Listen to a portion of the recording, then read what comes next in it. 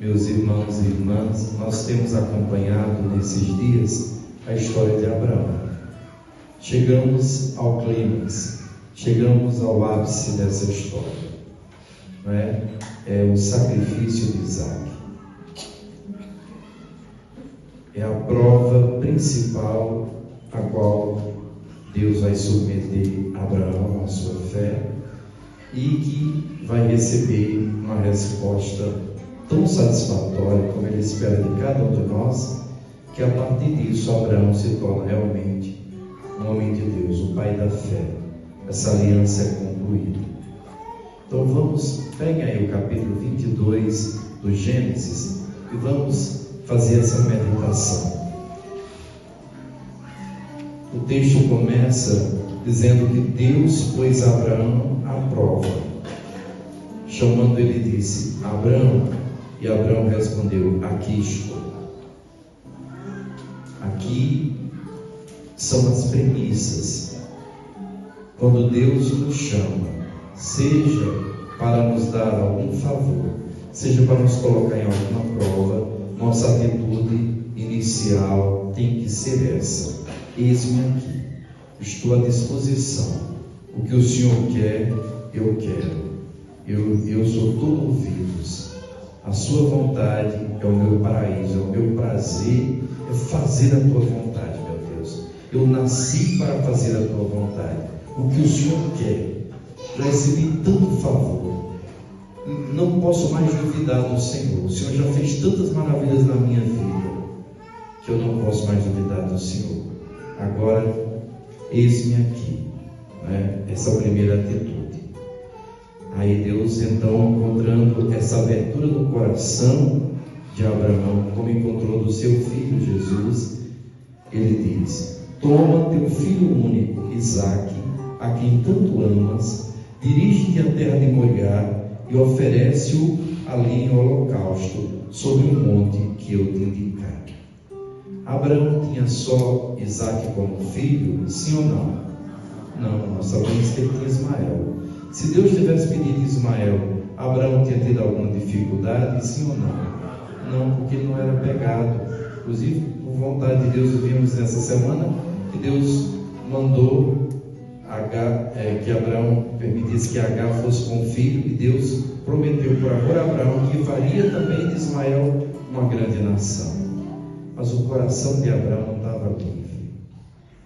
Aqui, o primeiro segredo: não coloque nada nem ninguém acima de Deus na sua vida.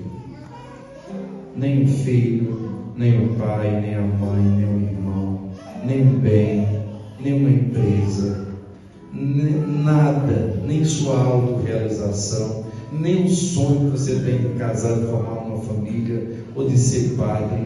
Nada, nem ninguém, ou a obra de Deus, ou a comunidade. Não coloque nada nem ninguém acima de Deus.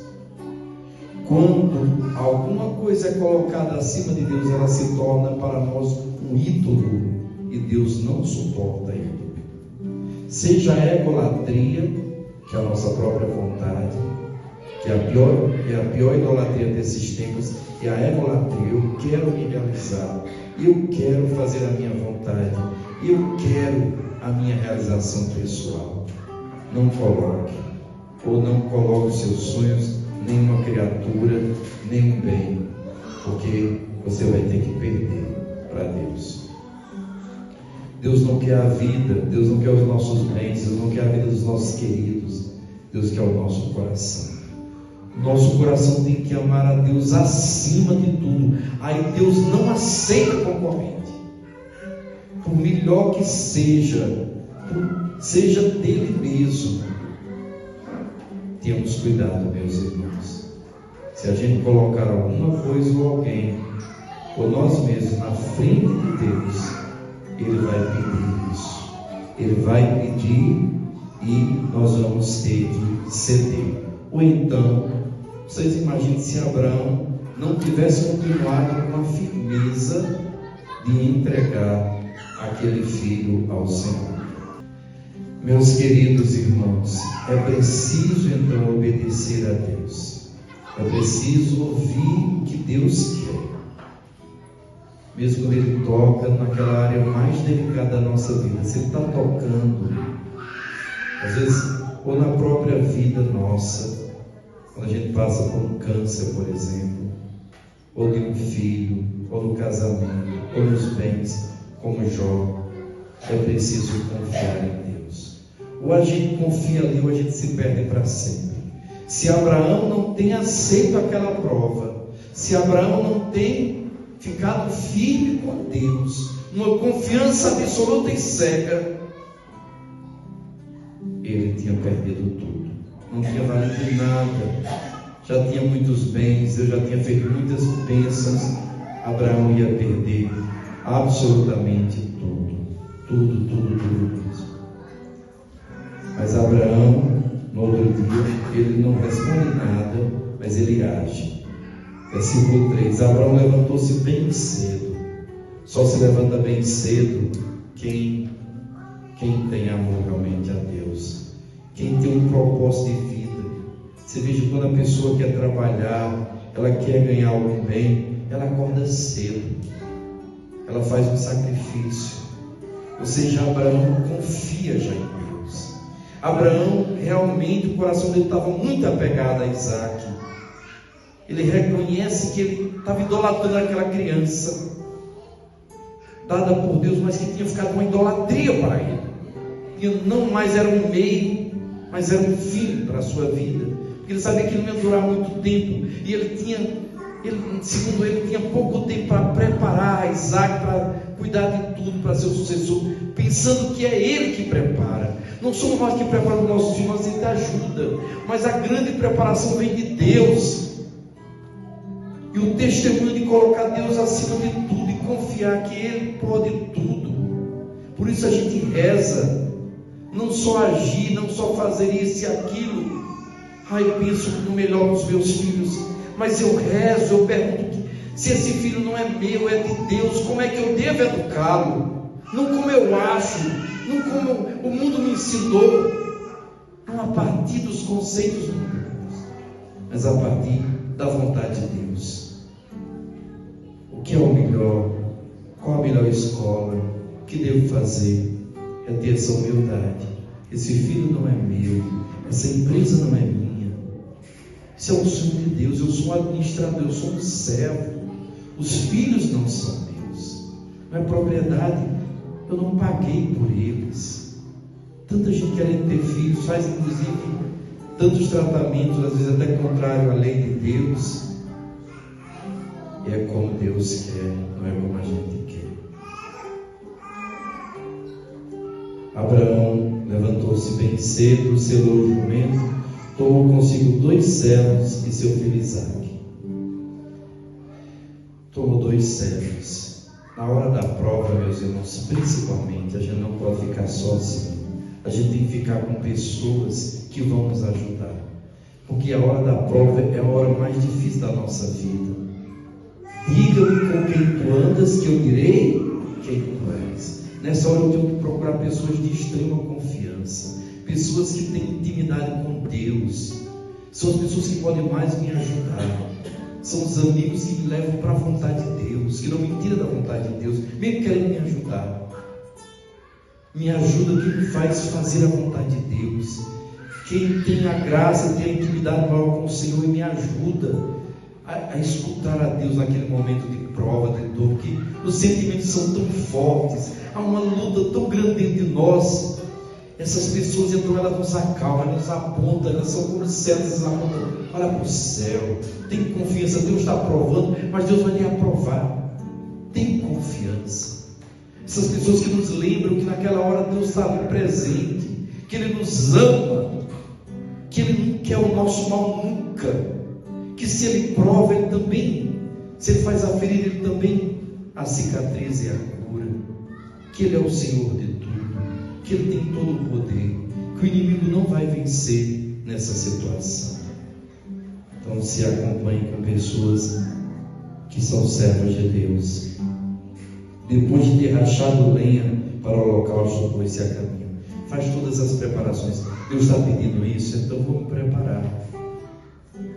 vou rachar lenha, vou preparar tudo, e pôs-se a caminho para o lugar que Deus lhe havia ordenado. Abraão vai em silêncio. Nessa hora não adianta muita palavra, não adianta você partilhar tudo com os outros. Tem coisas que você vai ter que, por mais que tenha pessoas de confiança, mas tem coisas que você vai ter que viver sozinho ali com Deus. Tem hora que o silêncio vale mais do que qualquer. Jesus, eu confio em vós. Jesus, eu confio em vós. É uma luta interior, mas a gente vai acalmando a nossa vontade, vai lembrando, trazendo à nossa memória tantas lutas que passamos, tantas noites escuras que já enfrentamos, e Deus nos ajudou, e a gente saiu delas, e a gente superou.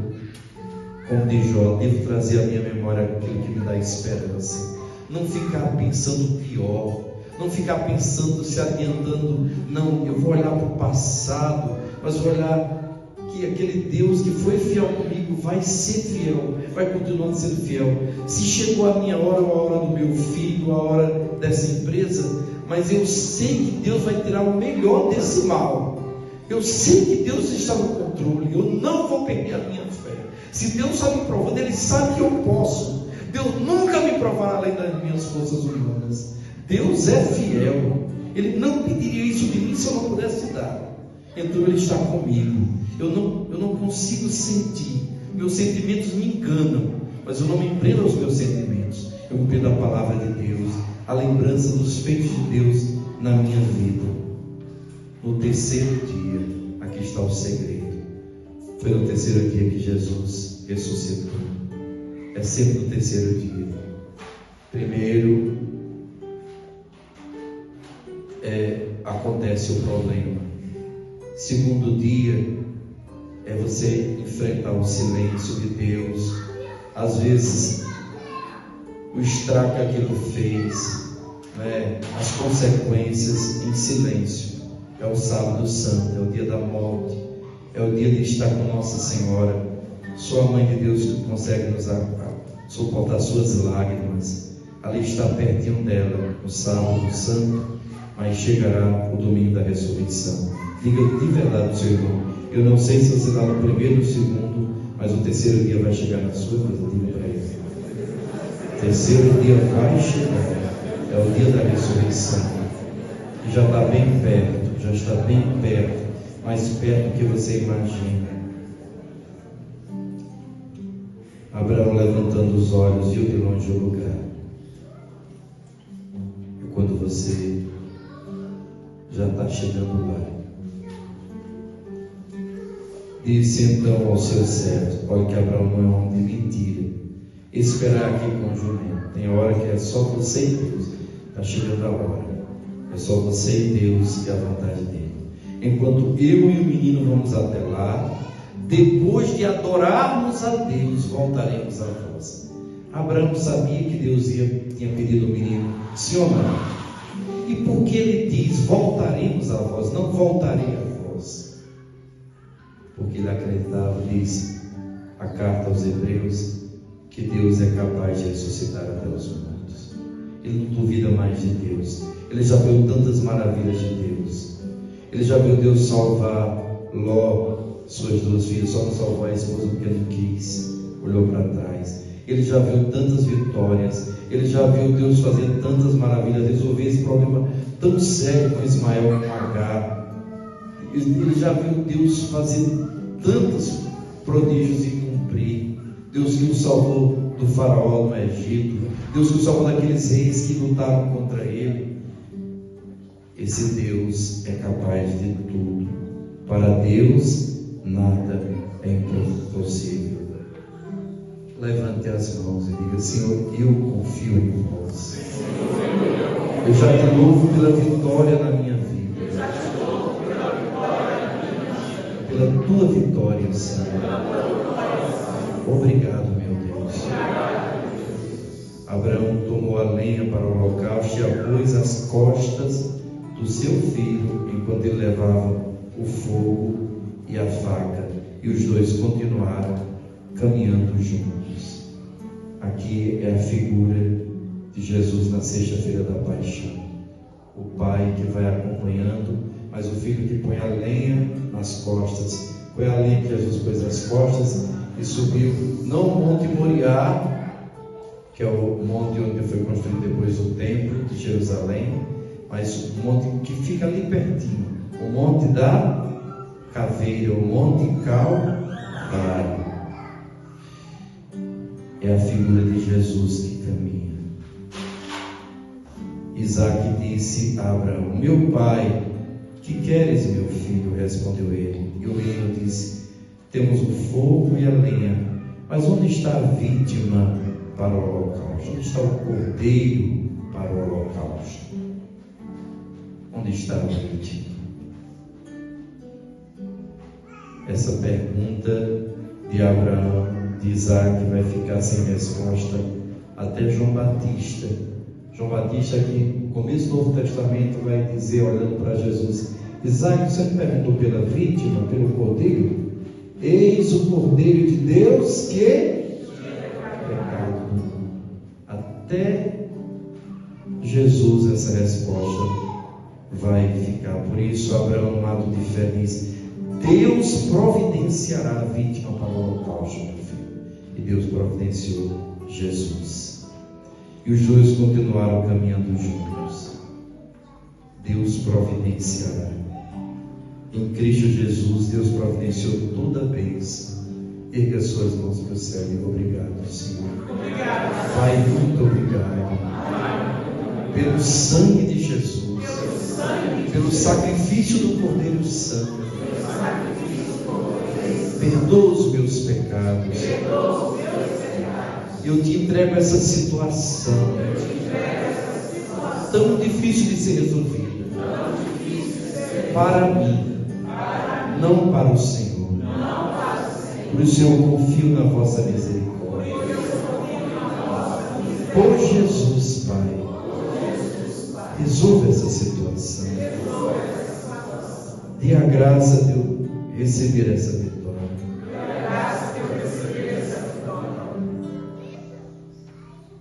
Chegados ao lugar indicado por Deus, Abraão ergueu um altar, colocou a lenha em cima, amarrou o fio e o pôs sobre a lenha em cima do altar.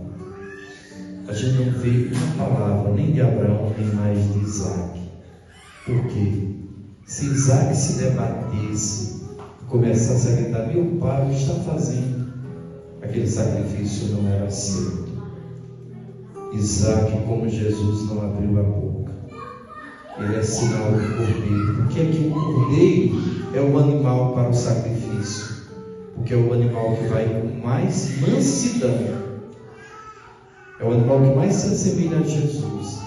Vai para o sacrifício, vai para o matadouro, vai ser imolado e vai calado, sem revolta, aceito, como um cordeiro mudo e manso. Assim Jesus, assim Isaac.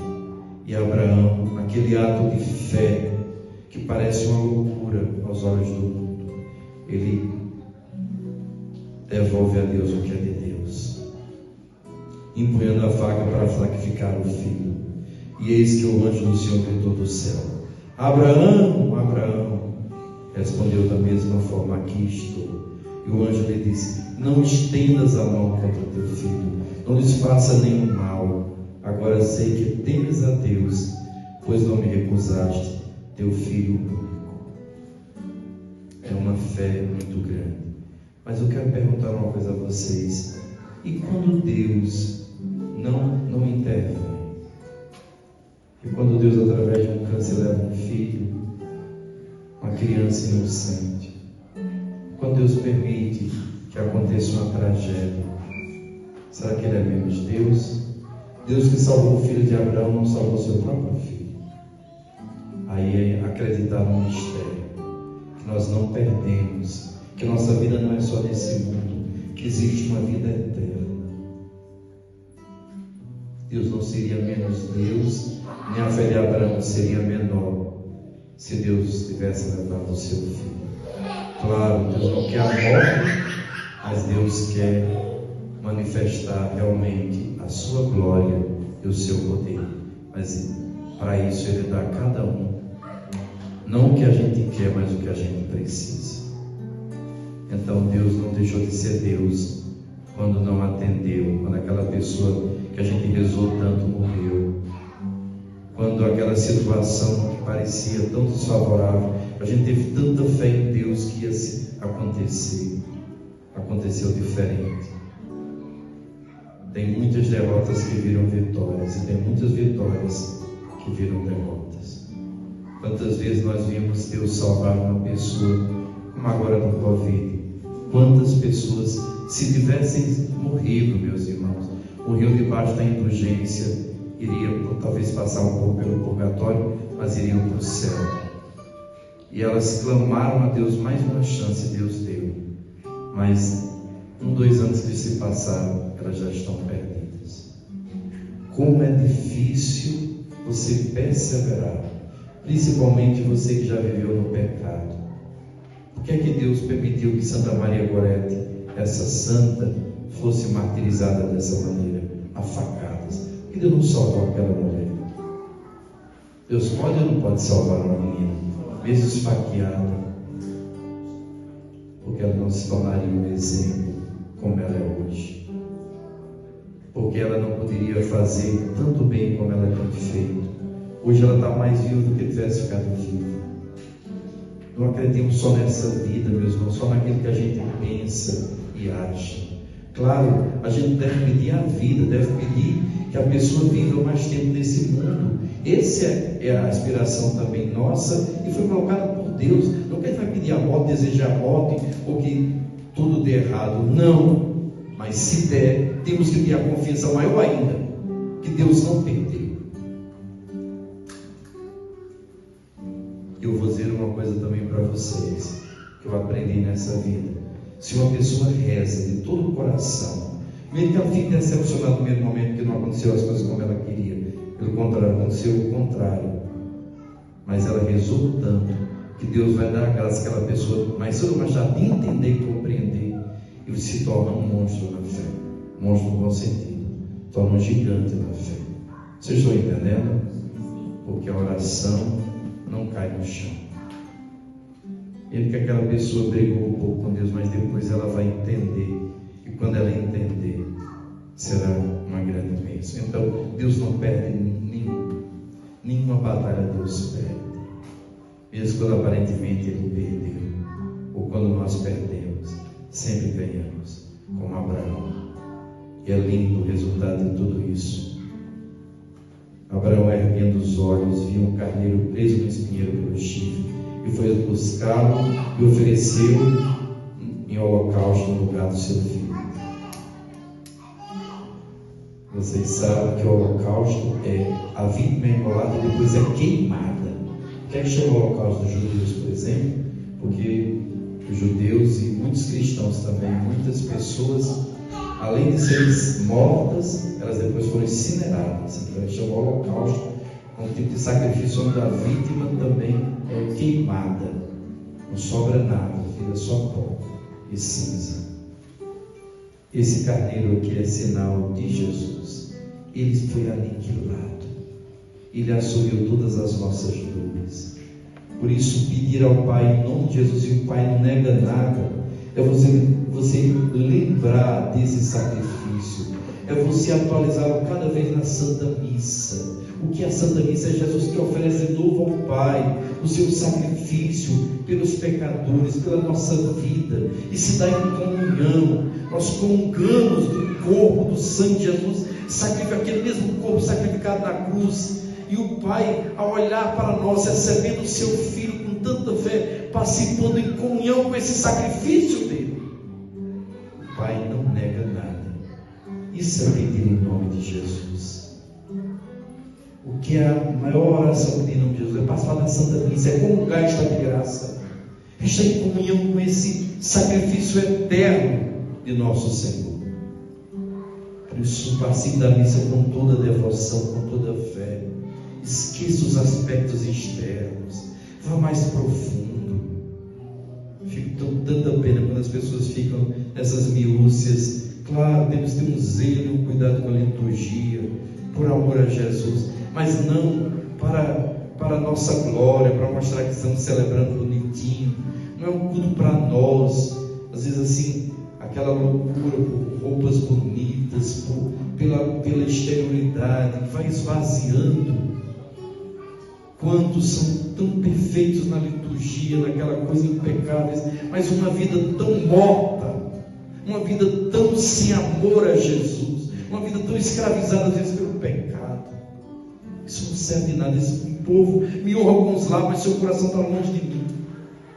Amemos a Santa Missa pelo sacrifício de Jesus. Oremos pelos nossos sacerdotes. Amemos os nossos sacerdotes, não pelo que eles são, ou porque eu gosto ou não daquele padre, mas porque ele que me traz Jesus.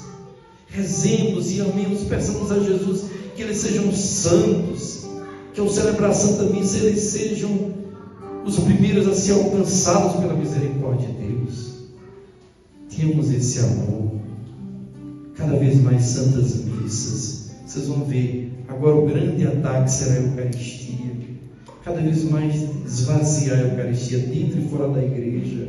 Cada vez mais perder o sentido. E para nós, cada vez mais é o nosso refúgio, é o nosso céu na terra.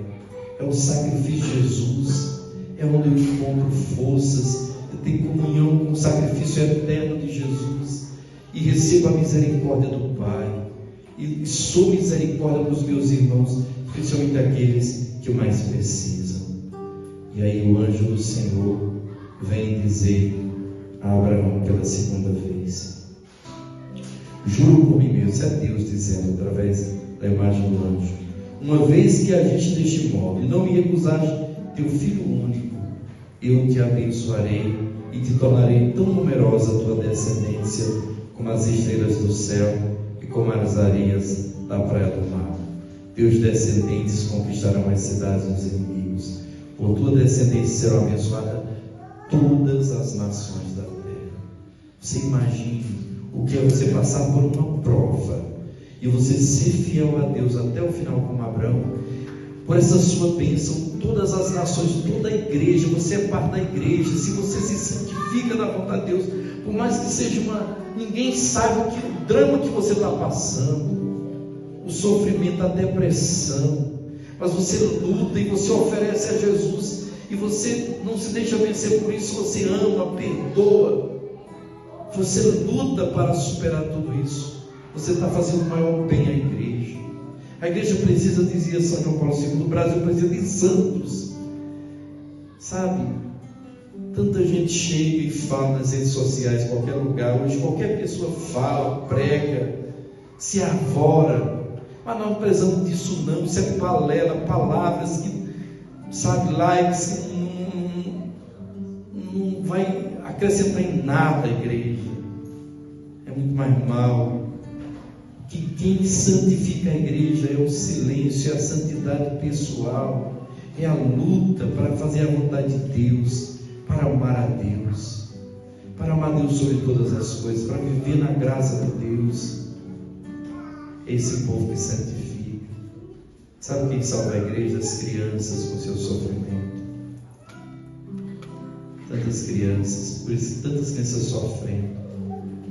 São esses velhinhos, velhinhas, às vezes abandonados aí por aí, pela família, compiados, oferecendo suas dores em silêncio, às vezes até no Alzheimer, nem sabem, estão ali abandonados de tudo e de todos, cumprindo a sua missão, sofrendo, quando Deus deseja castigar esse mundo de tanta imundícia, tanto pecado. Ele olha para as crianças, para os anciãos, para aqueles que estão lutando por uma santidade verdadeira, por vocês, queridos, da comunidade de vida, que muitas vezes com sono, tão cansados, vêm aqui, muitas vezes assim tão esbagaçados, mas ficam uma hora aqui diante de Jesus na madrugada, fazendo companhia a Ele, que é o mais solitário. Isso é santidade, isso salva a igreja. Nunca esqueça disso. Uma vez eu entendi isso quando um homem muito de Deus disse assim: olha, Frei, nunca deixe de fazer o ofício divino, porque muitas vezes você está triste, mas o ofício leva ao louvor. Lembre-se, tem pessoas precisando louvar a Deus, você está louvando por elas, que não. Meu Deus, eu creio, adoro, espero e amo. Peço-vos perdão por aqueles que não adoram, esperam. Naquela hora eu estou fazendo todo o lugar delas, estou no lugar das almas do purgatório, que estão sofrendo tanto e não pode fazer nada por si mesmo, só espera da misericórdia de Deus e que alguém aqui na terra reze por elas. Alguém está prestes a morrer, como Santa Faustina tantas vezes foi levada, cheio de demônio ali, prontos para levar aquela alma eternamente para o inferno. E Deus deixou passar por uma agonia tão terrível e ofereço essa agonia a Jesus e rezo o texto da misericórdia ali, não só por mim, mas por quem mais precisa naquela hora, e Deus salva aquelas pessoas. Se a gente tivesse essa fé, meus irmãos, se a gente descobrisse o que é esse mundo espiritual realmente. Por isso, o que eu posso fazer hoje de concreto? Diga comigo: andarei na presença de Deus, andarei na presença de Deus, junto a Ele na terra dos vivos. A morte é o pecado, meus irmãos, a morte é o pecado. Viver na presença de Deus aqui na terra dos vivos, a única vida que nós temos é a vida eterna, vivendo na presença de Deus.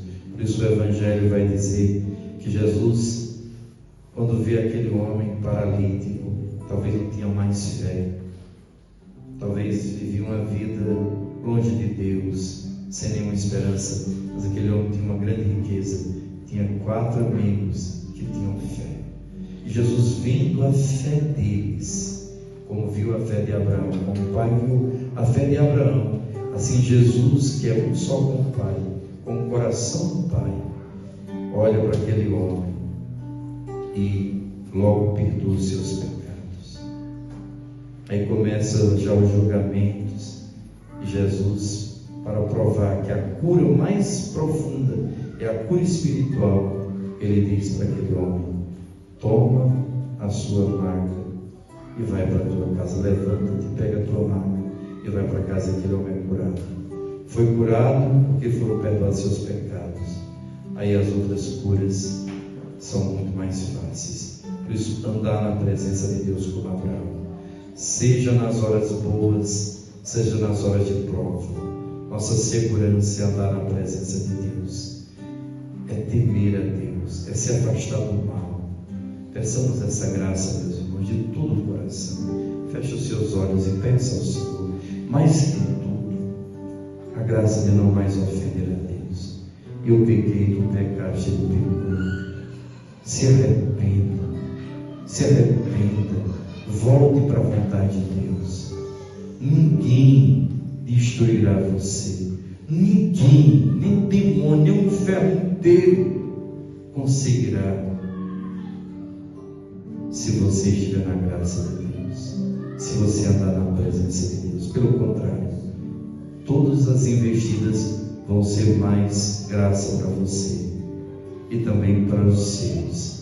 Mesmo que alguém da sua casa esteja em cima de uma maca, espiritualmente entrevado, que não consiga ter esperança, tenha fé, se junte com outros que têm fé, e você e sua casa serão salvos, e aquelas pessoas serão perdoadas, e elas receberão esse perdão de Deus. Você diz: amém, meu Deus, e eu confio em vós, Jesus, eu confio na vossa misericórdia.